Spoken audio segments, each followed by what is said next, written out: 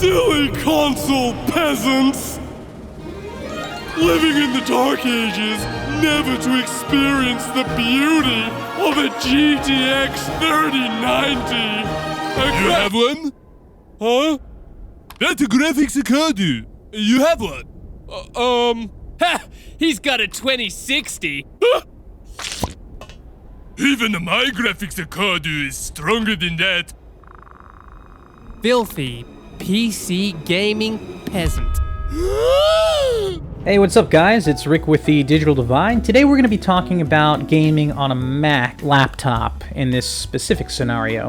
The reason I want to talk about that is because Mac is not a popular gaming platform for a lot of good reasons. If you want to do some serious gaming, you need a PlayStation 5, an Xbox Series X or S, a Nintendo Switch, or a gaming PC.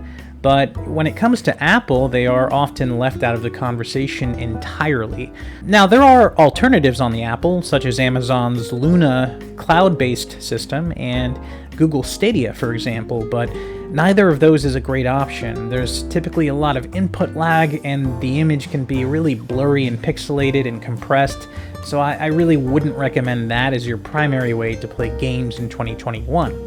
Now, getting a console or a GPU in a gaming PC is going to be incredibly difficult these days due to the current scalping situation.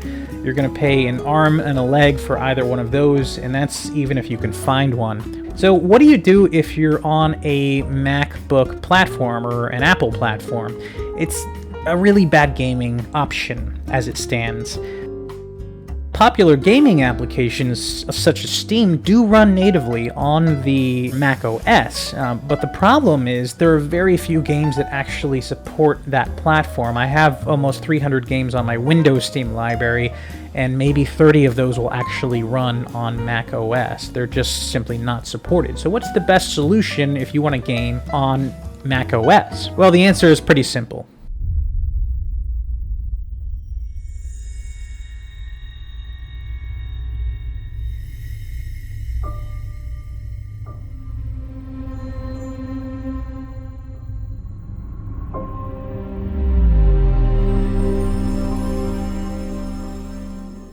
That's right.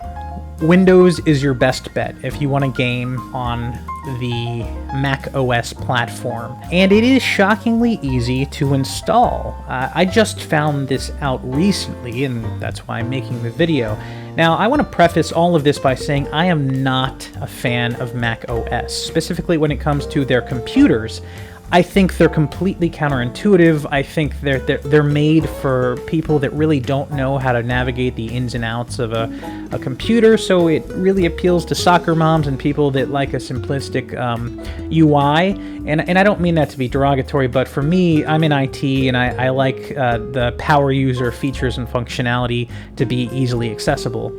Now, my fiance is a huge Mac person. She loves Macs. She uses Macs for both work and at home. So she's very familiar with the Mac platform, although I will say recently we've moved in together and she's been doing all of her wedding planning on my primary Windows PC. I'm going to go ahead and grab her MacBook, and I'm going to show you guys step by step how you can install Windows on a MacBook. And again, this is a very simple process. I do want to say though that this only works if you have an Intel-based version. If you have one of the newer MacBooks that have the M1 Apple Silicon, this will not work, and you're going to be stuck using a virtual machine, something along the lines of, say, Parallels, for example, and your experience is not going to be good gaming on a VM. So one thing I'll always say about Apple is that their engineering prowess is unrivaled. Their hardware is unbelievably beautiful. It's typically all aluminum, all metal, no cheap components. They are top tier when it comes to making hardware. I just don't like their operating systems. That said, we're going to get into step one. Step one is going to be downloading the Windows 10 ISO, which is incredibly simple to do. So the first thing we're going to do here is we're going to simply navigate to our web browser, open up Google, and literally just type in Windows 10 ISO. It should be the very first thing that pops up. You can download this. It's readily available on the Microsoft's website. So once you navigate to the website, you're just going to pick what edition you want. Just put Windows 10 and then hit confirm. And then it's going to ask you what your primary language is. In my case, it's English. So we're going to hit confirm there, and then you're going to download the version of Windows that you need. For most people, this is going to be the 64-bit version. Now, once you've done that, you should see it in your download folder on Mac OS. So the next step here is that from the Finder, we're going to click on Go at the top there, and then we're going to navigate to the Utilities folder. And then from there, we're going to look for and launch the Boot Camp Assistant. Once that's loaded, you're going to hit Continue. Now, it should automatically find the Windows 10 ISO in your download folder, but if it doesn't, you can manually point it there. The next thing it's going to do is ask you how much of your hard drive space do you want to allocate for Mac OS and how much do you want to allocate for Windows OS. So go ahead and decide how much you want to give each and then hit Install. Once you do that, it'll reboot and launch directly into the Windows installer. So go ahead and start this process. Now, you will need a Windows activation key. If you don't have one, then you're going to have an ugly watermark in your Windows session telling you to activate it. But I do because I already have several Windows platforms. Now, this process is going to take some time, so you're going to have to wait until it's done installing. But when it does, it's going to reboot, and you'll get this screen here. And when that happens, the first thing you'll see is that it's going to ask you to download Boot Camp specific drivers.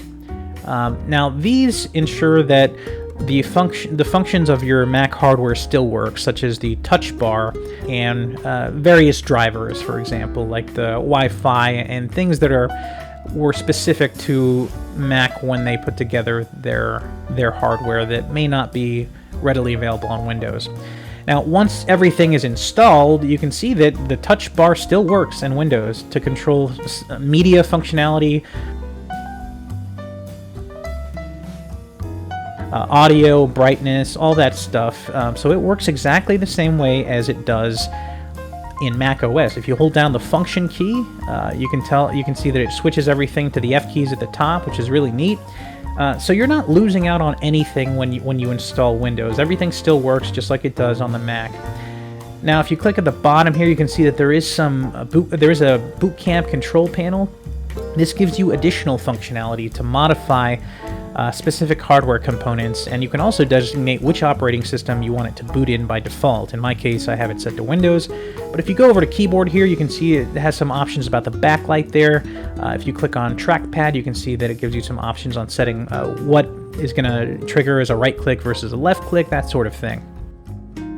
One of the best things about gaming this way is that if you're like me and you have a subscription to Xbox Game Pass, you now have access to your entire library of Xbox Game Pass games. So games like Gears of War, Forza Horizon, the upcoming Halo Infinite, you'll be able to play on your MacBook Pro via Windows natively. This isn't streaming.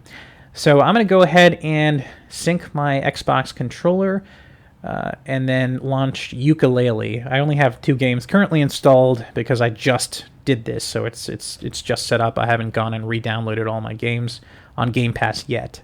I just want to give you an idea of how some of these games run.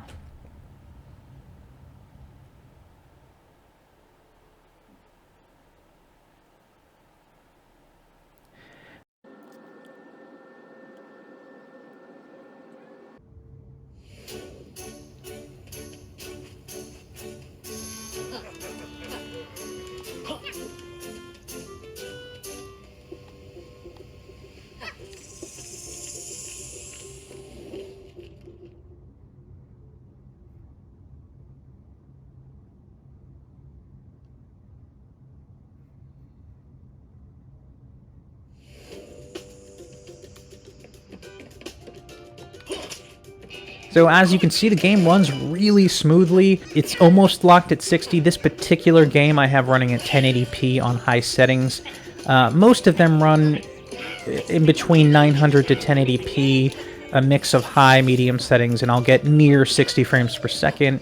In some cases, in the mid 40s, but most of the games that I play run really, really, really well, and that's surprising considering that some of the games I'm going to show you don't run on Mac OS at all. So that's going to be neat to see, and you'll see that later on in the video.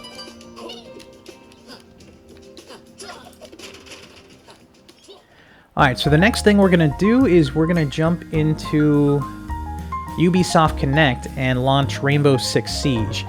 Now, this is a game that you cannot play on Mac OS. It is not supported on Mac OS. So, natively, that is.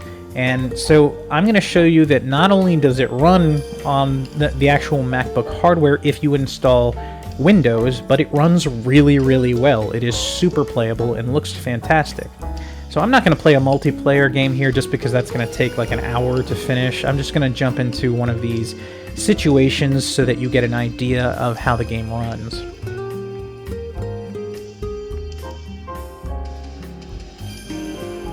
Alright, so we're just going to jump into Cold Zero.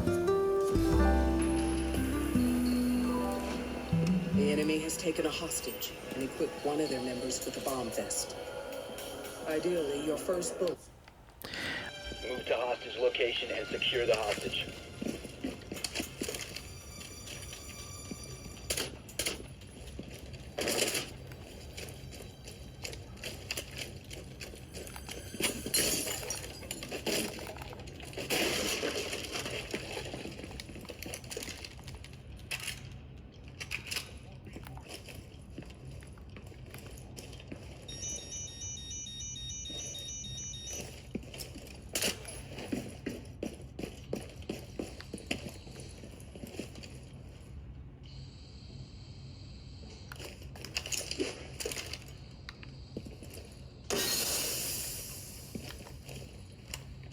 Alright, you know what? This isn't really a good map to demonstrate because it's too slow-paced. So I'm going to go ahead and jump out of this one and show you guys another map that is a bit more faster-paced so you can get an idea of how fluid the game runs on this.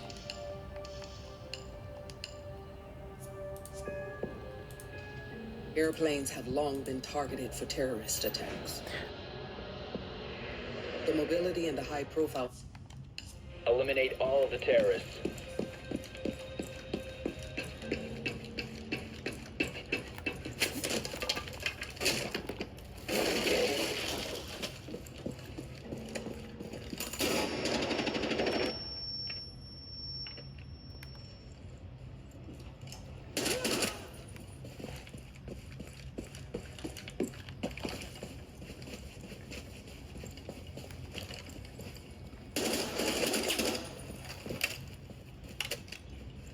So as you can see, the game runs unbelievably well. I'm going to go ahead and set a trap here because I know some guy's going to come out of here. Oh, there he is.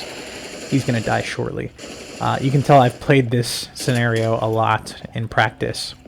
But the game runs super smoothly. It blows my mind that this game is not even playable on Mac. Clearly the hardware can run it, it's just not supported in the operating system. That vibes with what I've been saying all along, is that with Windows you just don't have those issues with compatibility. Everything typically just works, and it works well, and you don't have to fiddle with stuff or find workarounds. It just works, and that's especially true when it comes to gaming, which is what this video is focused on.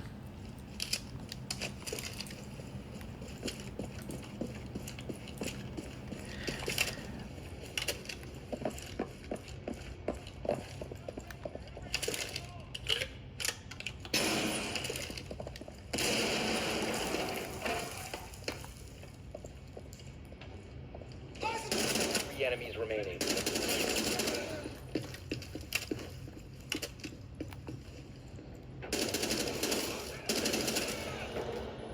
Op 4 eliminated.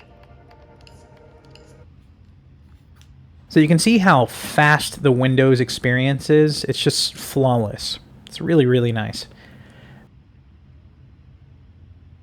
So the next thing I'm going to do is open up the Blizzard launcher, and I'm going to show you a game that does run natively in Mac OS, but also runs natively on Windows. And The difference here is that, yes, this game runs on Mac OS, so you don't need to install Windows to play it, but it runs so much better on Windows than it does on Mac OS. And that's because when these games are built, most games are developed and optimized for Windows and then later ported to Mac OS. So they weren't built for Mac OS, they were built for Windows, and in most of those games you'll get some extra FPS on if you run the same exact hardware but just using the Windows platform. And you can see this is running at 1440 by 900. It's a mix of high and medium settings, and it runs really well. I tried this on Mac OS, and it ran decently, but it runs considerably better on Windows than it does on the Mac OS.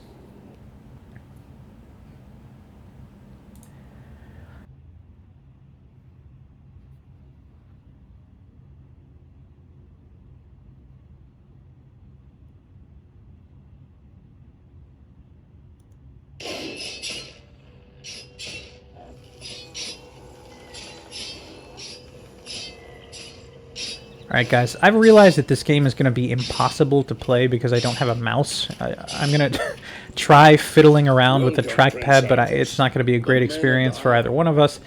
But I just wanted to give you a brief look at it. This is one of my favorite games of all time. This is Warcraft 3 Reforged. This is the new version of it with all the remodeled characters and new assets.